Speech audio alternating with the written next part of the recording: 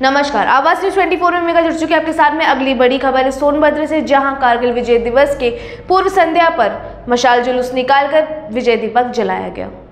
कारगिल युद्ध में 26 जुलाई 1999 को मिले विजय पर गौरव गाथा की याद में और देश के वीर जवानों की कथा को देशवासियों तक पहुंचाने के लिए हर साल 26 जुलाई को कारगिल विजय दिवस के रूप में मनाया जाता है। इस बार 25वां कारगिल विजय दिवस मनाया जाएगा। खास दिन में देश के नायकों की बहादुरी और वीरता को श्रद्धांजलि देने के लिए मनाया जाता है। भारतीय जनता युवा मोर्चा द्वारा गुरुवार को कारगिल विजय दिवस की पूर्व संध्या पर स्वर्ण जयंती चौक से चाचा नेहरू पार्क तथा मशाल जुलूस निकालकर शहीद स्थल पर विजय लेकर आप कंट्रोल ऑफिस आए हैं।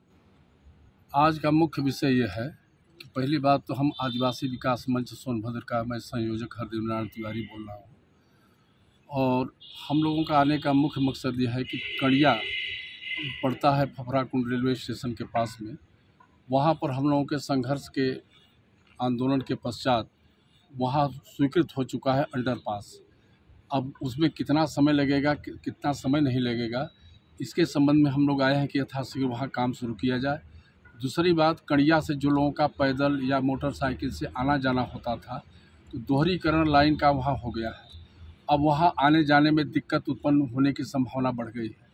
तो यही हम लोग अनुरोध करने के लिए यहाँ पर आए हैं कि वहाँ कुछ ऐसी व्यवस्था बना दिया जाए गिट्टी उट्टी डाल करके, कि जिससे कि रेलवे विभाग का भी काम न रुके और वहाँ का आवागमन जब तक नहीं बन जाता है अंडरपास तब तक लोगों का आवागमन बना रहे। और अगर बंद हो जाएगा तो पैदल लोग। किस मुद्दे के लिए आए हैं और क्या मुद्दा आपका सफल रहा?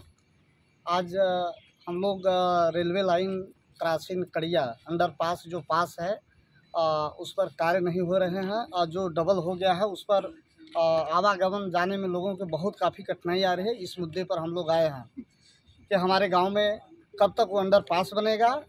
जब तक बनता नहीं है तब तक उसके ऊपर से आने जाने के लिए अच्छा व्यवस्था हो जाए, हमारे गांव के लोगों को समस्या न हो। इस मुद्दे पर हम लोग आए हैं।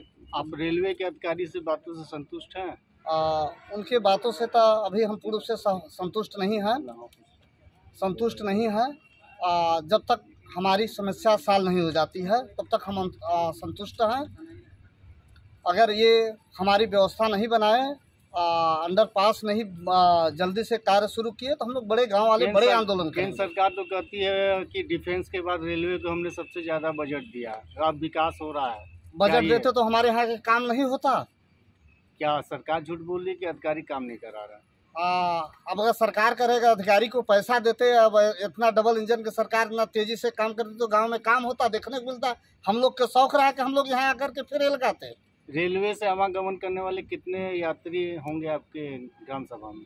हमारे यहाँ कम से कम कुल मिलाकर के 10,000 हैं, जो कि पर डे ओवरा आना जाना होता है। क्या उनके रोजगार पर भी फर्क पड़ा है? बिल्कुल फर्क पड़ा है। उनकी सब्जी चिरौजी दूध वो लोग लेकर के मार्केट में जा कर के बेच लेते थे। आज ट्रेन बंद है तो उनकी सारी व्यवस्था उनके घर पे है। सब बेचारे अपने जो उनकी आजीविका रहा खत्म हो गया, बाहर प्लानिंग कर रहे हैं। लड़के बाहर जा रहे हैं काम करने, उनकी मृत्यु हो जा रही है। बाहर से वो लोग इतने असमर्थ हो गए हैं कि वो अपनी डेड बॉडी वहाँ से घर नहीं मंगा पा रहे हैं। उनकी दाह संस्कार वही हो जा रही है। आपके आदिवासी क्षेत्र में रेणुका नदी पार पे एक एसडीएम का निर्माण हुआ है। हाँ जी। उसका गंदा पानी, राख का पानी पूरे नदी में जाता है। क्या इससे क्षेत्र में समस्या हो रही है? बहुत बड़ी समस्या है। आपको ऐसे सवाल पूछने के मैं पहले धन्यवाद दे रहा हूँ कि आप ऐसे सवाल पूछ लिए। हम लोग ओवरा परियोजना। आपका परिचय?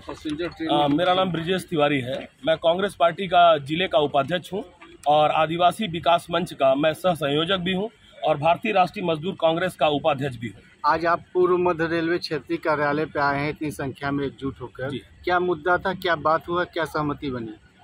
देखिए महोदय, एक तो पहला ये है कि अब तो ऐसा लगता है कि पूर्व मध्य रेलवे से हम लोगों का आना जाना लगा ही है। विगत 2 वर्षों से आदिवासी विकास मंच लगातार संघर्ष कर रहा है कि नदी उस पार परारी क्षेत्र से जुड़े हुए काफ़ी जगहों की समस्या है, चाहे रोड की हो और चाहे रेलवे संबंधित जो समस्याएं हैं, जो प्रमुखता से जोगीडीह में क्रॉसिंग की बात थी, कड़िया में क्रॉसिंग की बात थी, जो रुकी हुई ट्रेनें हैं जिनको कोरोना काल से बाधित किया गया था उनको रोक दिया गया, उसके बाद चलाया ही नहीं गया। जबकि ग्रामीण क्षेत्रों के लिए मैं आपको बताऊं कि जो ट्रेनें चल रही थी वो रामबाण साबित हो रही थी। उनसे गरीब मजदूर यहाँ से लेकर जिले तक का आवागमन करते थे, अपनी चिकित्सा, शिक्षा और अपनी और भी जो जरूरत की चीज़ें थी उसको वो पूरा किया करते थे। लेकिन दुर्भाग्यवश वो ट्रेनें बंद हो गई और उनके पास एक पर्याप्त रोड भी नहीं है किसी साधन से वो आ सके, तो एक रेलवे माध्यम था। तो अभी जाके आदिवासी विकास मंच के द्वारा जो ये कार्य किया गया, आंदोलन किए गए लगातार, उससे ये हम लोग को एक सफलता हासिल हुई कि कड़िया में एक रेलवे क्रॉसिंग दिया गया। लेकिन हो क्या रहा है कि रेलवे क्रॉसिंग को बनाते समय, अंडरपास के समय हमारे साथ हो क्या रहा है कि वो जो रास्ता का काम चल रहा है वहाँ पे आवागमन की बहुत असुविधा हो गई। तो लोगों के लिए बहुत बड़ा एक क्वेश्चन मार्क हो गया कि हम अब आए जाएं कहाँ से, बरसात भी सामने है, तो ग्रामीण क्षेत्र के लोग अब दूसरी तरफ से आ रहे हैं जो असुरक्षा का विषय है। तो इसके लिए मैं चाहता हूं कि आदिवासी विकास मंच आज मंडल प्रबंधक के यहाँ आया है ताकि उस जो आवागमन करने के लिए जो रास्ता है वो ऐसा बाधित ना हो, ग्रामीणवासी वहां सकुशल आवागमन कर सके। केंद्र सरकार कहती है कि रेलवे के लिए हमने बहुत बजट दिया और तत्काल सुनवाई और कार्रवाई होती है, अगर समस्या है तो उसका निदान तुरंत होता है, लेकिन पैसेंजर ट्रेन बंद करके आदिवासी क्षेत्र पर उन्होंने डाका डाल दिया। इस पर आपका क्या कहना है? बिल्कुल एकदम सही आपका कहना है और आप सही कह रहे हैं। जो भी रेलवे बजट इस बार आया है वो एकदम दिखावा और छलावा है। मैं देख रहा हूं कि सोनभद्र में हमारे यहाँ मंत्री भी हैं, विधायक भी हैं, लेकिन ग्रामीण क्षेत्रों की मैं बहुत बधाई देना चाहता हूं कि पनारी क्षेत्र के प्रधान हमारे साथ खड़े हैं और जो आदिवासी विकास मंच के सभी साथी यहाँ खड़े हैं, ये अपने बल पर, अपने संगठन के द्वारा आंदोलन करके अपने गांव के क्षेत्र को काम करवा रहे हैं। ना ही रेलवे विभाग द्वारा ये काम कराया गया स्वतः संज्ञान लेके, और ना ही कि यहाँ के नेताओं द्वारा काम कराया गया।